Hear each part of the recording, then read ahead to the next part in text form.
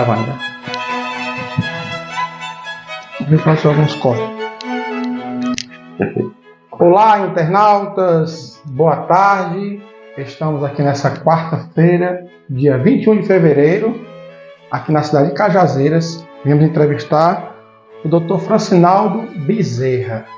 Mas antes de tudo, você já sabe, se inscreve no canal, deixa o seu like, deixa os comentários e divulga o nosso canal aí nas plataformas digitais. Quero mandar um abraço aqui para todos os colaboradores e vamos iniciar aqui o nosso bate-papo com o Dr. Francinaldo Bezerra. Doutor, primeiramente, boa tarde, seja bem-vindo ao nosso canal Policonvisão. Boa tarde, doutor.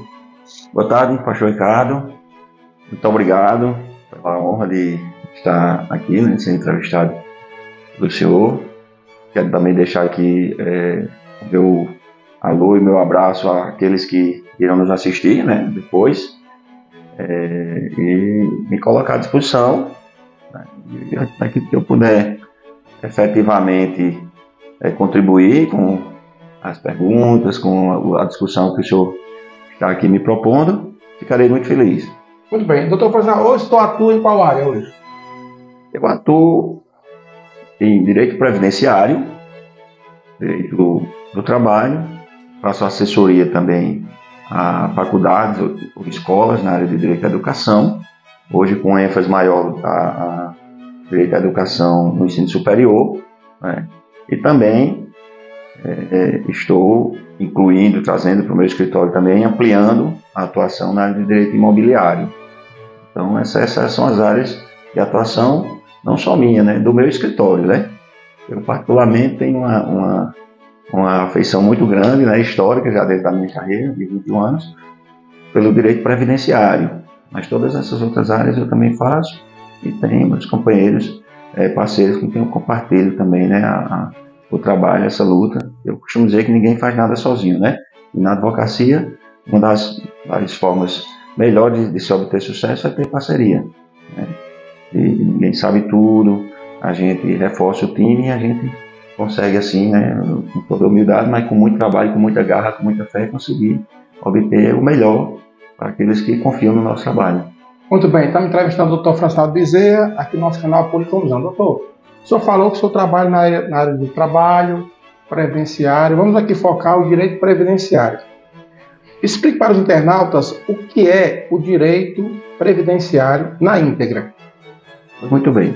O direito previdenciário é um ramo do direito público, um ramo do direito que tem o Estado em um dos polos comandando essa relação, seja o regime geral, que é comandado pela autarquia, todos conhecem que é o INSS, uma autarquia, ela tem uma autogestão, ela é ligada ao governo federal, ela é ligada, ela faz parte da autarquia federal, do sistema federal, e também os institutos próprios, que todos os estados da federação têm para os seus servidores públicos estáveis, efetivos. Alguns municípios têm, outros não. Por exemplo, Cajazeiras tem, Cachoeiro dos Índios tem,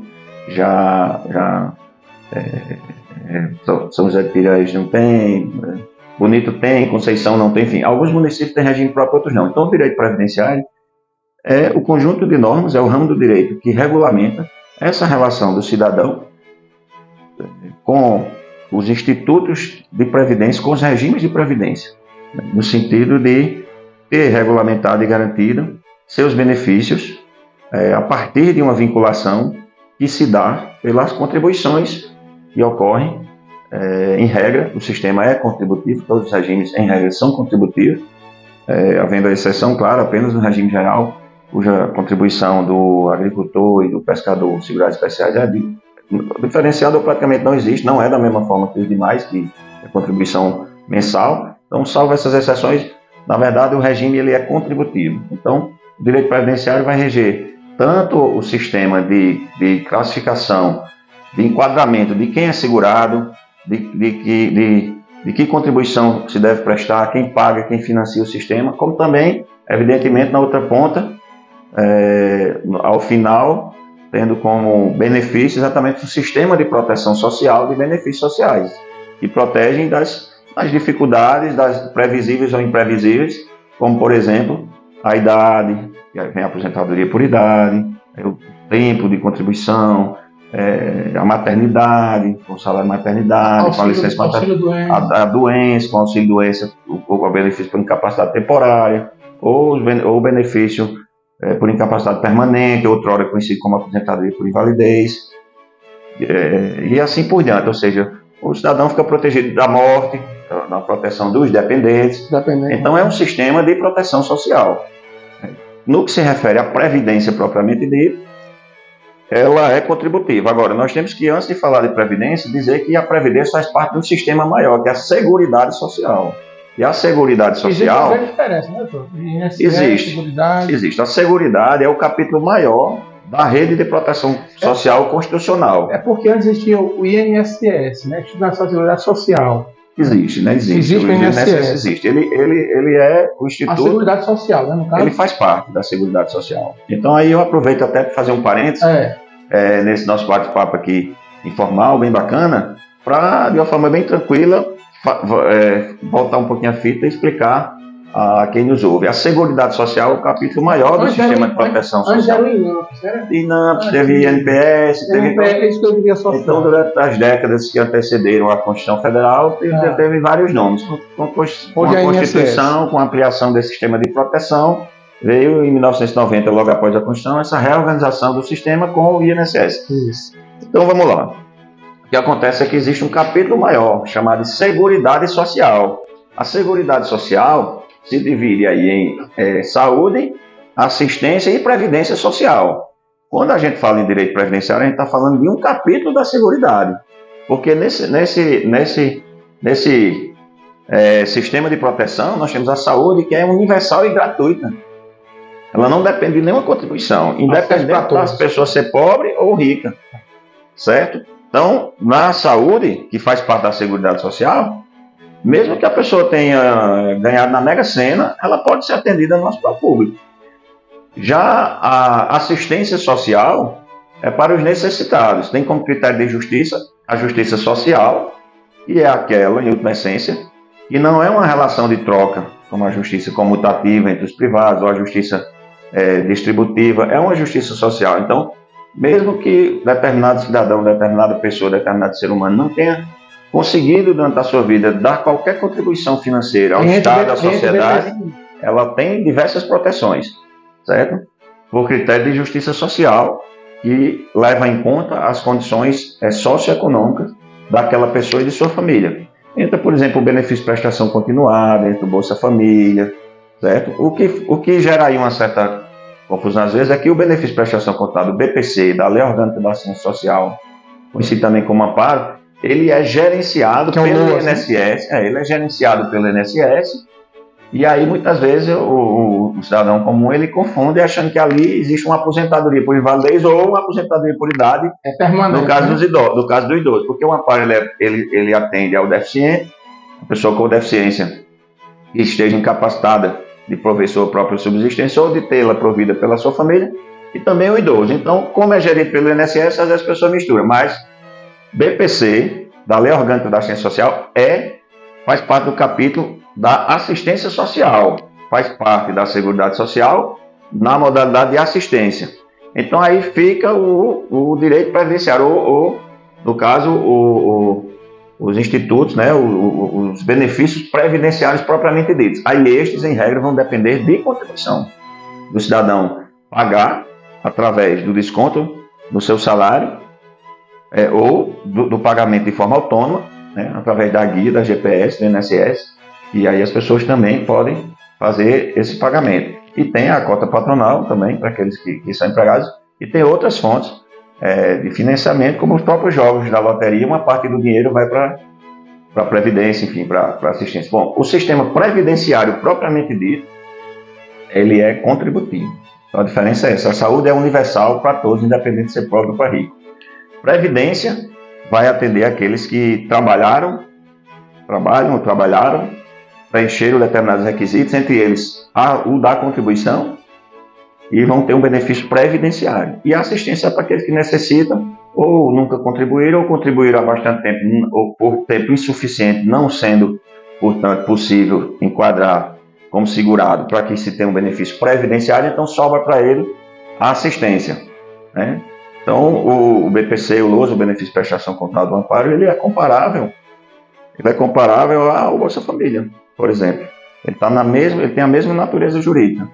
Ele não é, embora, por exemplo, o idoso que recebe um amparo, que nunca contribuiu para a Previdência ou contribuiu por tempo insuficiente, parece que ele é aposentado, mas na verdade ele recebe um benefício da assistência social que tem natureza jurídica parecido com o do Bolsa Família, por exemplo.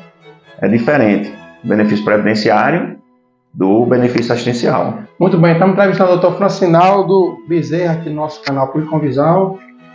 Você deixa seu like, se inscreve, também pode deixar seus comentários nesse assunto de hoje, direito previdenciário.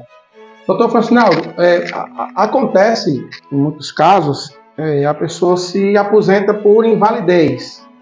E também quando tem o período da perícia, essa invalidez é cancelada. O aposento por invalidez é permanente ou pode ser, no momento pode ser ela ser bloqueada? Por que acontecem os bloqueios, na maioria das vezes?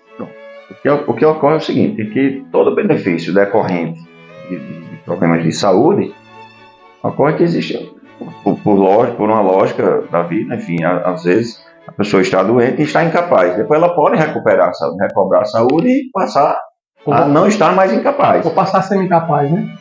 E aí existe os benefícios por incapacidade na área previdenciária propriamente dita, no direito previdenciário. O benefício por incapacidade temporária, que é o auxílio-doença, ou o benefício por incapacidade permanente, que é a invalidez. O temporário, não, já está dizendo. O próprio INSS ele concede e diz quando ele começa e quando ele termina, porque os médicos, os peritos atestaram que a pessoa está incapacitada por 6 meses, 1 ano, enfim. Quando não há uma definição não é possível prever uma data final para o término dessa incapacidade, então disse que ela é permanente. Porém, se a pessoa recuperar a sua capacidade e isso for constatado por uma perícia médica, o INSS ele pode, de tempos em tempos, chamar aqueles beneficiários da aposentadoria por invalidez para uma revisão. E se a nova perícia constatar que ele recuperou a capacidade, aquele benefício pode ser cessado. Se a pessoa voltar voluntariamente à atividade remunerada, ela própria está dando o recado de que está capaz, não está mais incapaz. E se chegando ao conhecimento do INSS, o INSS também pode fazer cessar esse benefício, né? E aí tem diversas regrinhas que, evidentemente, não dá para desmiuçar todas, mas depois de uma certa idade, por exemplo, a pessoa já tem a idade para se aposentar por idade, o INSS não vai mais chamar, recebe uma invalidez, mas já está idosa, o INSS não faz mais nem sentido chamar, porque se chamar e cortar num dia no outro, ela vai e já volta a sua vinculação à Previdência, certo? E requer a sua aposentadoria por idade. Então seria uma perda de tempo. Então, a partir de uma certa idade, nem existe mais esse risco, né? Agora, quando a pessoa volta ativa, ou demonstrando que está capaz, o INSS toma conhecimento, ou através de uma perícia, que a pessoa está capaz, enfim. Então, essa cessação, se a pessoa tiver menos de 10 anos de que recebe o benefício, ela pode ser imediata, inclusive. E aí, claro, vai ser dado à pessoa o direito de defesa, enfim. Mas se fizer mais de 10 anos, ela tem que ser cessada aos poucos, né? A pessoa passa os primeiros 6 meses após a constatação do retorno dela à atividade, passa os primeiros 6 meses recebendo 75% do valor, os 6 meses seguintes, até fechar um ano, recebendo 50% do valor, e os últimos 6 meses, até 18 meses, recebendo só 25% do valor, certo? E aí cessa o benefício, entendeu?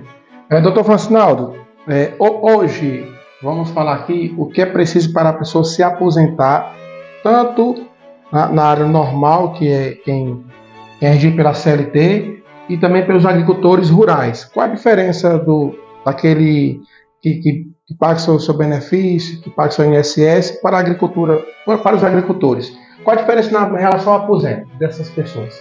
Bem, primeiramente, a contribuição do segurado especial, do agricultor em regime de economia familiar, do pescador artesanal, pescador não industrial, né? Pescador de subsistência também.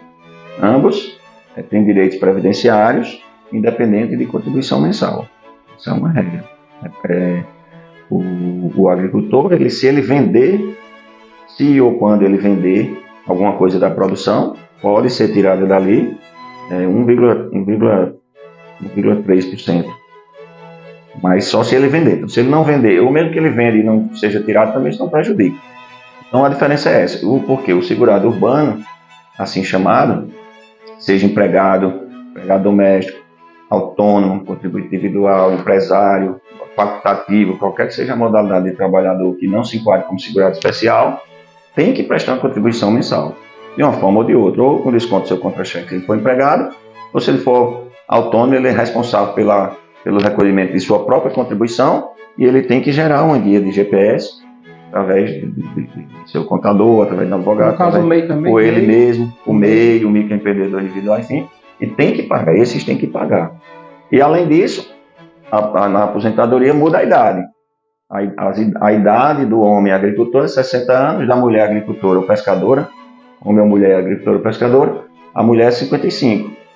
Certo? E os trabalhadores urbanos, a aposentadoria por idade do homem é 65 e da mulher agora é 62. Antes da reforma era 60, mas desde a reforma de 2019, a idade passou a ser 62. Isso agricultor e pescadores?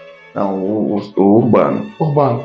O agricultor e pescador, o homem é 60 anos de idade e a mulher é 55. E permaneceu, a reforma não alterou nada. Para os trabalhadores urbanos demais segurados, empregado doméstico, avulso, contribuinte individual, facultativo, qualquer que seja a modalidade MEI, que o senhor falou, todos têm que ter a idade mínima, o homem de 65 anos para se aposentar por idade e a mulher de 62. Antes a mulher era 60, mas com a reforma aumentou para 62 e para cada ano, a partir de 2020, aumentou 6 meses, 60 anos até 2019, 60 anos e meio em 2020, 61 em 2021, 61 e meio em 2022, 62 a partir de 2023 está estabilizado. Homem 65, mulher 62, os segurados urbanos, né?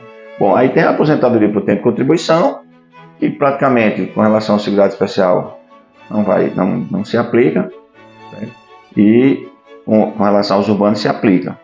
O homem tem que ter 35 anos de contribuição, a mulher 30. E agora se exige uma idade mínima, que é exatamente a mesma idade daquele que vai se aposentar por idade. A diferença é que o valor do benefício pode ser diferente, porque o que vai se aposentar só por idade, ele só precisa ter 15 anos de contribuição. É o homem que se filiou antes de 2019, 15 anos de contribuição. Quem começou a trabalhar a partir de 13 de 11 de 2019 vai ter que contribuir por 20 anos, pelo menos, o homem.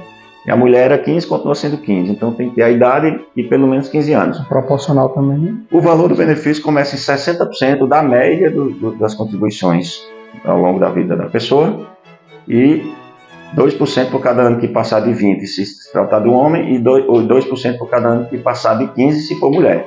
Então a única vantagem de se aposentar por tempo de contribuição é que possivelmente a gente está falando de quem ganha mais do que o salário mínimo. Porque quem ganha um salário mínimo isso nem vai interessar, porque o salário mínimo ele vai ser sempre a métrica que vai ser aplicada, não vai fazer diferença se a pessoa tem mais anos ou menos anos de contribuição. Quando a pessoa ganha 2, 3 mil, 4 mil reais ou mais, até o teto de 7.500 hoje, aí quanto mais tempo de contribuição essa pessoa tiver, trabalhadores urbanos, estou falando, maior será o seu benefício, porque ele tem 2% a mais por cada ano que passar de 15 se for uma mulher ou 20 se for um homem. Então a pessoa tem, por isso que se diz que para chegar a 100% do salário de benefício, da renda mensal inicial chegar a 100% do salário de benefício, e a média dos salários de contribuição, que é outro conceito, o homem teria que trabalhar 40 anos, porque começa com 60%, quando ele tem só 20%. Para ele chegar, falta 40%, então ele tem que trabalhar mais 20 anos, que multiplica por 2, aí ele vai ter 100% de salário de benefício. A mulher com 35 anos de trabalho consegue 100% de salário de benefício, porque a partir do 16º ano, o salário de benefício dela tem um aumento de 2%. A renda mensal dela tem um aumento de 2% cada ano que passar de 15%. Aí com 35 ela chega a 100%. Então, para a aposentadoria por tempo de contribuição, se criaram diversas regras de transição que faz com que a pessoa possa até, se já estava perto, quando a reforma foi aprovada em 13 de 11 de 2019, Pode ser que a pessoa ainda consiga se aposentar com idade menor, desde que tenha um tempo mínimo de contribuição, porque tem várias regras de transição, né? Pedágio de 50%, pedágio de 100%. Parece a gente falando de previdência, mas tem algumas regras, né? Parece até que a gente está falando de outro assunto, né? De trânsito, enfim, pedágio ou regra de pontos, né? Enfim, então existem as regras de transição também. Muito bem, internautas, estamos entrevistando o Dr. Francinaldo Bezerra, ele que atua na área do direito do trabalho, direito previdenciário, foca mais que o direito previdenciário, que está ligado ao direito do trabalho.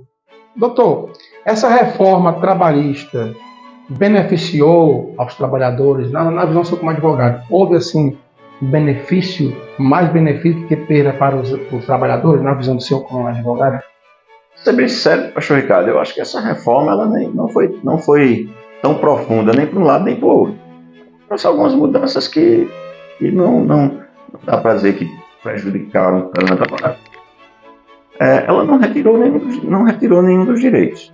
Flexibilizou algumas normas que já vêm sendo praticadas. E se você conversar com qualquer trabalhador, a maioria, inclusive, por exemplo, eu às vezes, quando pego um Uber, gosto de conversar com ele, saber, você prefere que sua carteira seja assinada ou ficar assim? Todos que eu já peguei até hoje querem continuar livres, com essa liberdade, sem ter a carteira. Por quê? Porque eles sabem que o seguinte, a carteira assinada tem alguns encargos e, na verdade, sai do salário dele, sai do rendimento dele. Então, na verdade, assim, feito só essa observação, que hoje o trabalhador, o sistema de produção capitalista, ele tem, claro que tem que ter a presença do Estado, tem que ter a proteção social, mas existem outras formas de relação hoje que são vantajosas também para o trabalhador. Então, acho que a reforma, sinceramente, não trouxe nenhum grave prejuízo ao trabalhador, não. Não mudou. Por exemplo, a questão sindical, que é uma questão bastante sensível, né? Porque a reforma tirou a obrigatoriedade do desconto, mesmo sem a vontade do trabalhador. Mas isso está certo, porque o trabalhador precisa concordar que seja descontado alguma coisa do salário dele. Né? Isso já tinha que ter sido feito há muito tempo. E quem tem interesse em ter seu sindicato forte, que eu defendo, e aí eu defendo profundamente, eu advogo para o sindicato, advogo para o servidor, enfim, sempre defendi o sindicato dos agricultores, por exemplo.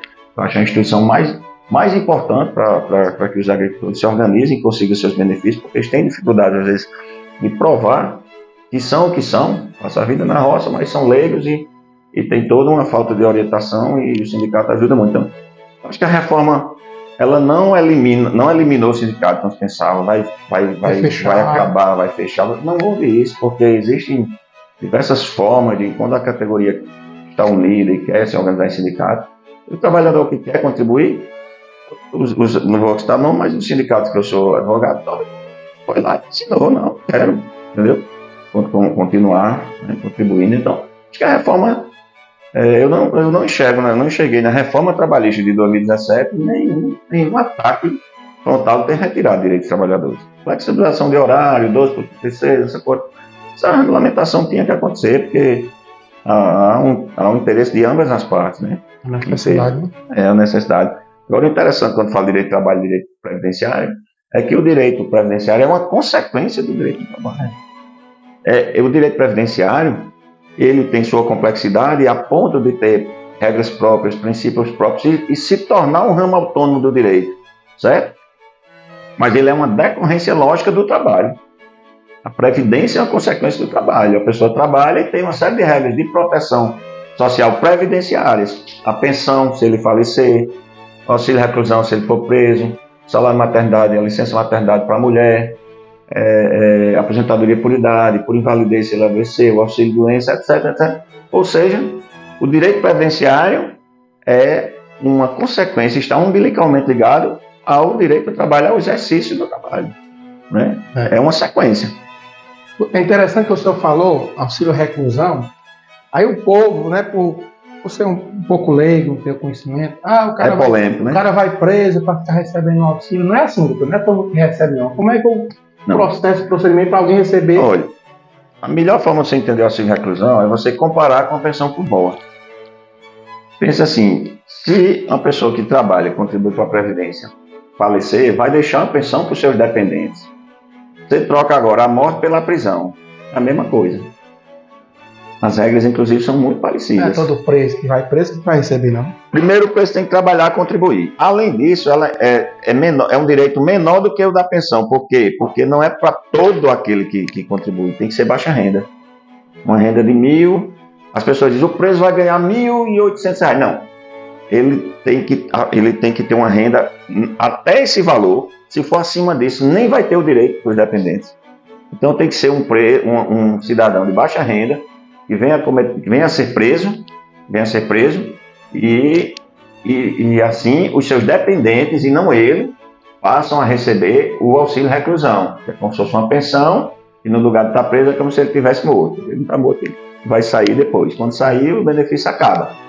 Certo? Ele tem que estar no regime fechado. E quem recebe fechado. A família, né? E quem recebe a família. Eu já joguei em diversos casos de auxílio reclusão, que o INSS indefere, e a gente vai para a justiça concede.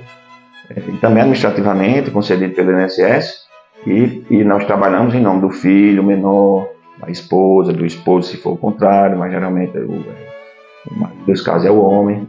Certo? Então é um direito cujas regras se parecem muito com a pensão. Só que ainda a exigência ainda é maior, porque numa pensão a pessoa pode ganhar 5.000, 10.000, quanto for, se falecer, deixa a pensão, até o limite do teto do INSS. O auxílio reclusão é só para cidadãos de baixa renda, uma renda até 1.000, eu não sei o número exato, mas não passa aí de R$2.000. E não é o valor que ele vai receber, isso é o valor que serve de critério. O teto, né? Isso é o valor que serve de critério para que o direito seja garantido ao dependente, mas o valor do benefício é de um salário mínimo. Entendeu? Né, senhora? Quem for preso no Brasil, enquanto você está trabalhando, o cara cometeu o crime, vai ser preso, vai ganhar R$1.800. Não é verdade. Essa renda é o critério, porque se passar dela, nem o direito vai existir. Aquele que ganha até R$1.000 e poucos, aí ele, sendo preso, deixa, acho que está em R$1.800, aí ele deixa o direito aos dependentes de receberem o auxílio reclusão. É um direito dos dependentes, de um salário mínimo para preso de baixa renda. Isso. Você não pode condenar a família por um erro do pai ou da mãe ou de quem quer que seja, também porque ele paga a previdência. É contribuinte. Ou agricultor ou pescador, mas ele tem que ser um trabalhador que foi preso. Entendeu? Senão não tem direito. Tem que estar dentro dos critérios. Estamos aqui com o Dr. François Bezerra, no nosso canal Com Visão, falando sobre direito do trabalho, também previdenciário principalmente. Doutor, existe um equívoco pela parte de alguns empregados e também empregadores, o auxílio doença, né, quando a mulher está grávida e pede licença maternidade, né, aquele valor que é pago por criança até 14 anos, que o INSS paga lá na folha de pagamento, salário família. Então, todos os benefícios que é somado aos vencimentos do empregado é deduzido na guia do INSS. E muitos pensam que quem paga é o empregador. Ele paga na folha, mas deduz no INSS, né? Funciona? Exatamente. Para as mulheres empregadas, a licença maternidade ela é paga pelo empregador. Porém, o empregador ele é compensado pelo Instituto de Previdência daquele valor. Ele recebe de volta. Existe um estorno, né? Ele recebe de volta porque quando ele vai gerar a guia de pagamento da Previdência da empresa dele, dos funcionários e tal, ele vai pagar menos em função de já ter adiantado aquela licença maternidade daquele empregado. Então o dinheiro não sai do bolso dele.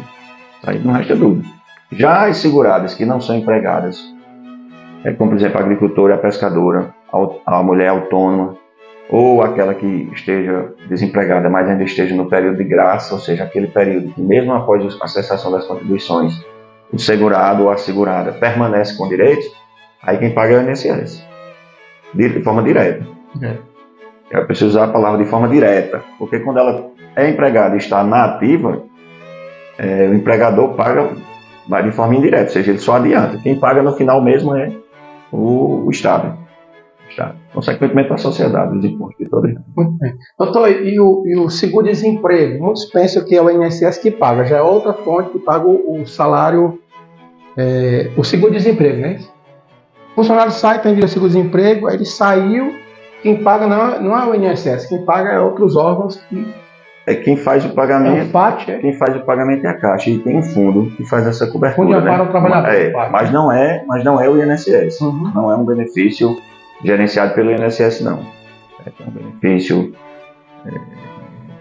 de proteção do trabalhador, mas não é um benefício gerido pelo Instituto de Previdência, não. Muito bem. Pela Caixa Econômica. Doutor Marcelo, o senhor atua na sua área de previdenciário. Quais são os casos mais rotineiros que o senhor recebe pelo escritório? Mais de rotina. Bem, primeiro, o Instituto que mais nos causa problema, o qual nós mais enfrentamos, que os segurados, em geral, têm mais dificuldade, principalmente o segurado especial, e principalmente o agricultor, é o INSS, né? Então, a maioria dos casos em que o advogado previdenciarista precisa cuidar, seja desde o início para já orientar melhor aquela pessoa, e é muito importante a pessoa, quando pensar em requerer um benefício, não se preocupar, não vou procurar advogado não para não gastar. Olha, se tem um gasto que vale a pena, é o olhar e a palavra de um especialista, porque você pode ir para o INSS e botar a perder. Já, a partir da primeira entrada, você às vezes já foi errado, e para consertar fica mais difícil. Então, mas o que é que mais temos problema? O agricultor tem dificuldade de provar o exercício da sua atividade. Na nossa região, o sertão, esse é o maior problema previdenciário. O outro é os médicos do INSS, experiência do INSS, abrir o coração uma vez na vida e achar que alguém, pelo menos alguém, uma vez na vida, está doente de verdade e precisa do benefício por incapacidade, porque o índice de negativa, de perícias contrárias, negativa por perícia contrária, é muito alto.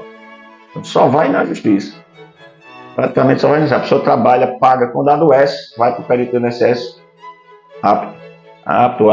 É muito difícil você conseguir administrativamente o seu benefício. Ou então dá 1 mês, 2 meses, quando na verdade a pessoa está. Tem casos de doença degenerativa que a pessoa mal anda, entendeu? Já completamente capaz de segurar um copo na mão e tal, e só foi concedido judicialmente.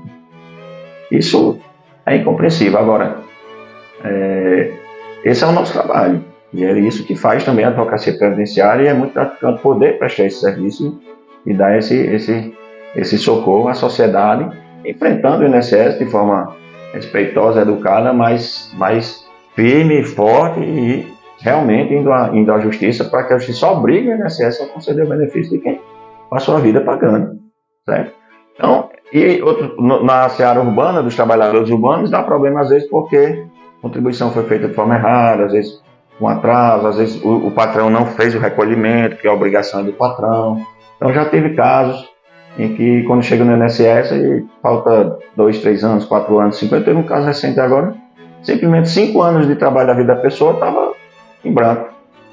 A gente teve que provar, juntar uma série de documentos, até professores são mais esclarecidos, foram prejudicados por empregadores que não fizeram o recolhimento, e o INSS simplesmente quer saber, porque a pessoa vai perder um tempão para poder realmente demonstrar, trazer, às vezes até levar diário para mostrar que trabalhou, levar contra-cheque, levar tudo, entendeu? Porque houve, então, assim, essa falha na contribuição e na documentação do segurado urbano, e a dificuldade natural do agricultor provar que é agricultor, porque se faz uma série de exigências documentais que às vezes a pessoa realmente não tem, ou tem menos do que se pede administrativamente. Então há sempre um enfrentamento, é o dia a dia do advogado previdenciarista. E tem os amparos, né, a questão de é negado por conta da renda de alguém da família, a gente vai ter que mostrar que aquela pessoa está realmente numa situação de miserabilidade, que merece o benefício. Essa é a rotina do escritório de direito previdenciário. Muito bem. Doutor Francinaldo, vamos lá. Prova de vida. A prova de vida é quando chega um período que a pessoa que é idosa, doente, tem que ir até o banco para provar que está com vida. Verdade. Especulou-se que tinha acabado esse transtorno de pegar a pessoa idosa. Segundo o presidente anterior, ele falou que só a pessoa votando já comprovava que estava com vida. Mudou alguma coisa? É preciso levar a pessoa da família, aquela pessoa debilitada, aí vai na cadeira de roda, para subir no banco. Isso mudou alguma coisa, pô? Atualmente, isso de vez em quando muda, às vezes piora, às vezes melhora, né?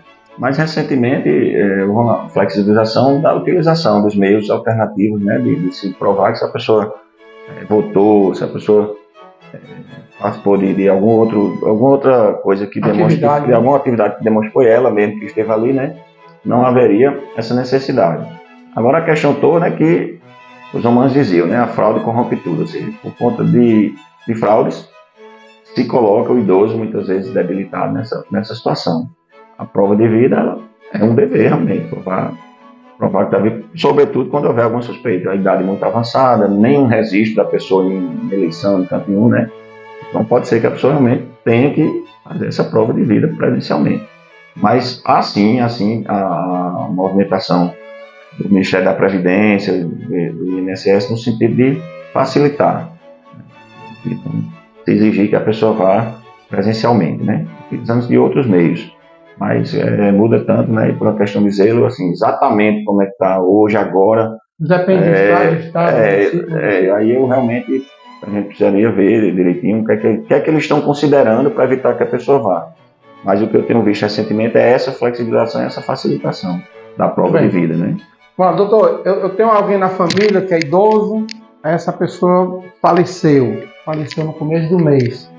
No final do mês, vem esse dinheiro que ele recebia ou existe algum controle que automaticamente cessa o benefício da pessoa que falece? Pode ser que caia na conta. Ele não é automático, porque você tem que tirar certão de óbito. Quando tira o óbito, não cancela imediatamente não, esse benefício? Nem sempre se cancela automaticamente não. Geralmente se costuma cair o último mês de vida da pessoa, costuma cair o dinheiro na conta. Os herdeiros, os sucessores, ou mesmo a pessoa que seja beneficiária da pensão, não deve sacar. Deve ir até o INSS, fazer o procedimento correto. Se o INSS não fizer a liberação administrativa, um alvarazinho, coisa rápida, a justiça pede uma autorização.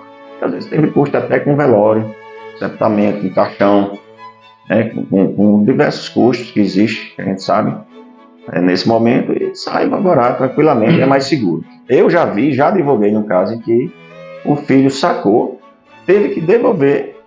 Após devolver, a gente entrou com o alvará para poder ele sacar da forma correta. Mas ele perdeu aí 1 ano. Quando, na verdade, tivesse feito a coisa certa, se ao invés de sacar ele tivesse vindo no meu escritório, por exemplo, como ele veio depois, eu tinha feito o alvará e ele tinha sacado legalmente. Sacou, o INSS constatou e intimou ele para devolver. E ele teve que devolver.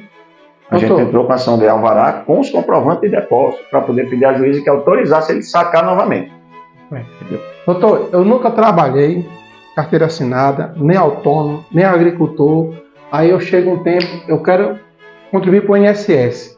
A taxa mínima, quanto é que eu tenho que pagar com pessoa individual, sem ser MEI, sem ser agricultor, sem ser seletista, sem ser funcionário de nada? Eu posso pagar o meu INSS? Quanto é o custo? Pode pagar 11%, o ideal é pagar 11% do salário mínimo, certo? E aí cada benefício pode gerar. Hoje você gera uma guia do GPS pelo próprio site do INSS, com a sua senha do sistema Meu INSS, que é do Golf. Fica um autônomo, contribuinte autônomo? Coloca contribuinte autônomo, contribuinte individual ou facultativo, certo? E gera a guia e paga todo mês em dia aquela guia, até o dia 15 de cada mês. 11%. 11% é o ideal do salário que você pretender pagar. Agora, eu oriento o salário mínimo por quê? Porque para você ter um benefício maior é muito difícil do que o salário mínimo. Porque mesmo que você pague sobre o teto, que é 7.500, que dá uma contribuição altíssima, 11% de 7.500, quase R$1.000. Quase R$1.000. E o seu benefício, na verdade, ele vai começar em 60% da média. Ele nunca vai chegar no teto e possivelmente é mais fácil ele chegar perto do mínimo. Então, para quem já passou do tempo, está já perto de chegar na idade, não vale a pena.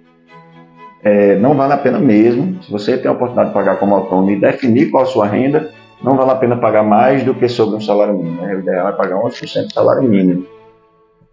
Isso tem explicações financeiras, porque pagar sobre o salário mínimo é muito vantajoso. Jamais aquele valor investido vai dar um salário mínimo no final da sua vida, pela sua expectativa de vida.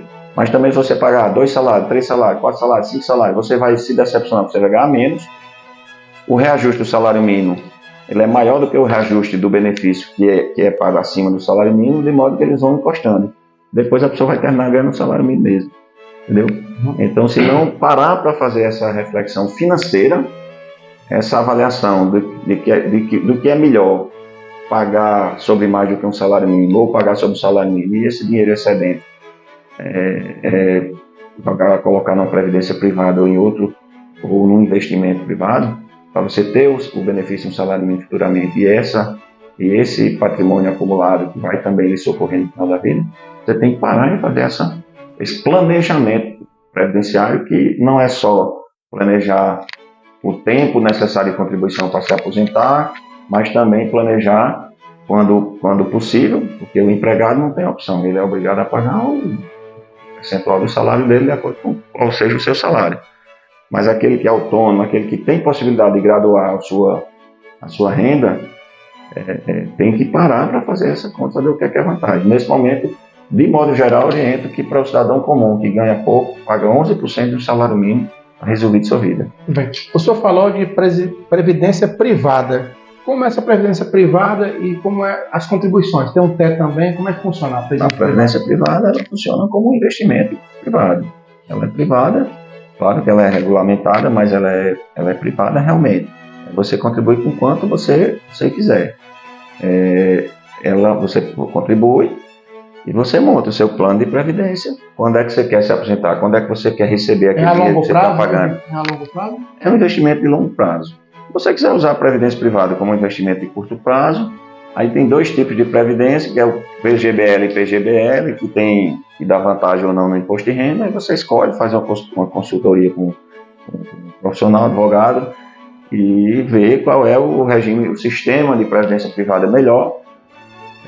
Se você quer contribuir por pouco tempo e já resgatar o dinheiro. A diferença, por exemplo, uma diferença básica, na previdência pública você paga, se você um dia chegar a usufruir um benefício, bem, se não, e deixar para o seu dependente, bem, se não, aquele dinheiro vai e não volta mais. Da previdência privada não, ele é seu sempre. A contribuição que você presta à previdência ou dos dependentes, né? É seu ou dos dependentes sempre, aquele dinheiro é seu.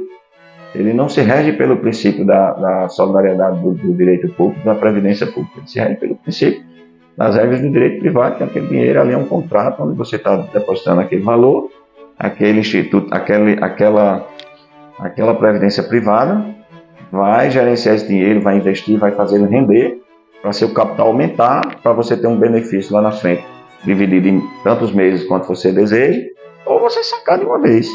Mas é seu e é corrigido, e muitos deles conseguem rendimentos interessantes, muito bons, e assim, com relação ao salário mínimo, por isso que eu digo, contribuir com um salário mínimo para a Previdência Pública é vantagem, porque dificilmente você consegue um salário mínimo no fim da vida pagando o mesmo valor na Previdência Privada. Para você ter valores significativos na Previdência Privada, você tem que fazer contribuições maiores para a Previdência Privada. E é vantagem fazer contribuições maiores, porque você tem dedução do imposto de renda e aquele valor é seu. Entendeu? Então, a previdência privada, tem previdência privada fechada, que é, por exemplo, algumas determinadas empresas podem aderir a um plano de previdência, mas só os empregados dela podem participar. O Banco do Brasil tem previdência privada fechada, OAB tem previdência privada fechada, OAB Prev Nordeste, por exemplo, que eu pago.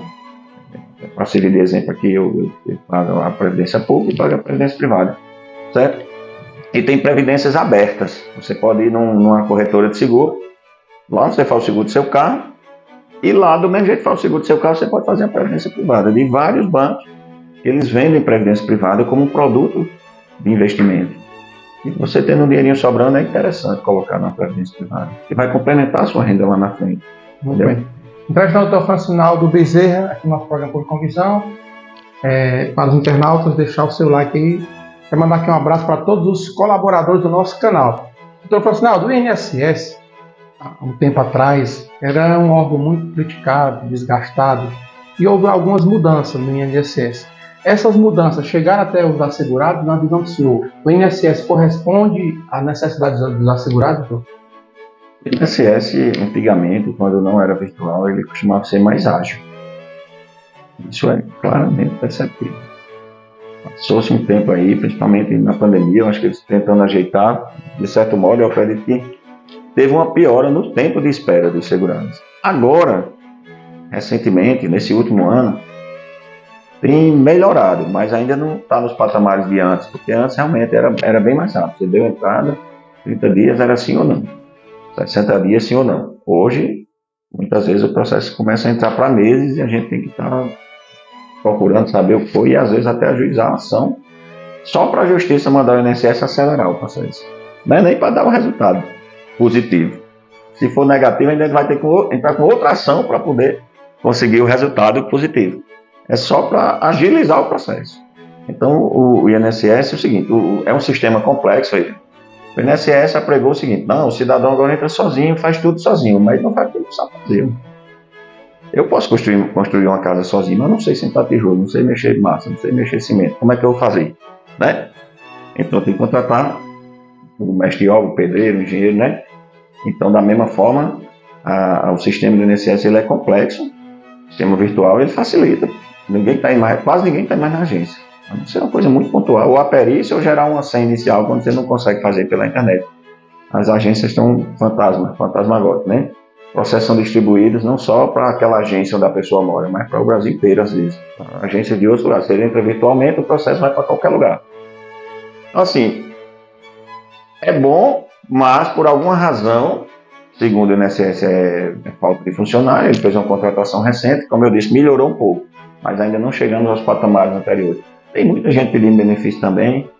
Assim, e o INSS, na questão das perícias, eu acho que os peritos, não sei se pela quantidade, pela insegurança, porque o segurado às vezes não vai com uma documentação médica muito robusta, então o índice negativo é muito alto. O segurado especial também sofre muito, porque a tendência do INSS é ser muito rigoroso na exigência documental, e essas pessoas muitas vezes elas têm dois trabalhos, um no INSS, espera um tempão para sair o resultado, quando sai é negado, ainda tem outro tempo de espera na via judicial. Então acho que de fato o INSS ao meu ver, informa muito pouco ao cidadão, cria os sistemas com o intuito de facilitar, mas essa facilitação ela só vem através do auxílio de profissionais. Mas, doutor, a maioria das pessoas não sabe nem mexer no INSS. Essa facilitação de acesso não seria a necessidade por parte do usuário que não sabe acessar? Sim, aí ele procura o apoio de um profissional, advogado, principalmente advogado, que além da dificuldade com o sistema, já vai ter um olhar jurídico para o caso em si. Então, realmente é aconselhável a pessoa não ir só para o INSS, porque as pessoas acham que é só ir no INSS com a identidade na mão e pedir o benefício. Aí, quando é indeferido, às vezes já falta documentos essenciais, falta uma série de coisas, enfim. Então, existem vários profissionais que podem ajudar o cidadão a fazer esse acesso, contadores, advogados, enfim. Mas o advogado, ao meu ver, puxando a brasa aqui para a minha sardinha, mas que, ao meu ver, não é só uma questão técnica, uma questão de tecnologia, é uma questão de saber acessar um sistema. Às vezes o cidadão não sabe nem criar senha, quando cria a senha, perde a senha, muda a senha, é uma confusão. Pega uma senha no INSS, pega outra num bancozinho de empréstimo, o cabo do empréstimo já muda para poder querer fazer. Então o cidadão fica desprotegido. Então, ao meu ver, desde o início, a pessoa ter a assistência do advogado é importante. Muito bem. Estamos chegando no final desse bate-papo com o doutor Francinaldo Bezerra. Foi um prazer, doutor. Fiquem com as suas considerações finais no nosso canal, no nosso programa. Agradecer, espero que essas breves palavras tenham deixado algo de valioso, de importante, que se possa ter aplicação prática na vida de quem nos ouviu. Ficamos à inteira disposição, e do pastor Ricardo, sempre, a quem eu agradeço, viu? E desejo sucesso, o pastor Ricardo é estudante de Direito, né? Mas já está quase terminando. Eu desejo muito sucesso, colocamos sempre à disposição. Tá certo? Desejar também sucesso às pessoas de casa que estão nos ouvindo, paz, saúde, que dê tudo certo. E previdência, não já está dizendo, é prevenção, é se prevenir, é para isso que ela serve. Mas se é para isso que ela serve, então todos nós devemos, desde já, pensar nela. E como nos planejar e nos organizar para que realmente venhamos a ser protegidos quando precisarmos dela e, quiçá, na velhice, com saúde, né? Como dizia o poeta, me apresentar com saúde pela Previdência Social, ou seja, né? Muito bem. Estamos chegando no final desse programa. Novamente, deixa o seu like, se inscreve, ó. Deixa os comentários. Ricardo Soares, um abraço, um tchau lá, doutor. Tchau. Um abraço.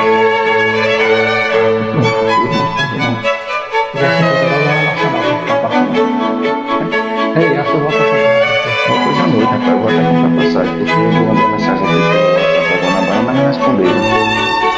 manter. Se não tiver, eu vou ter que mudar.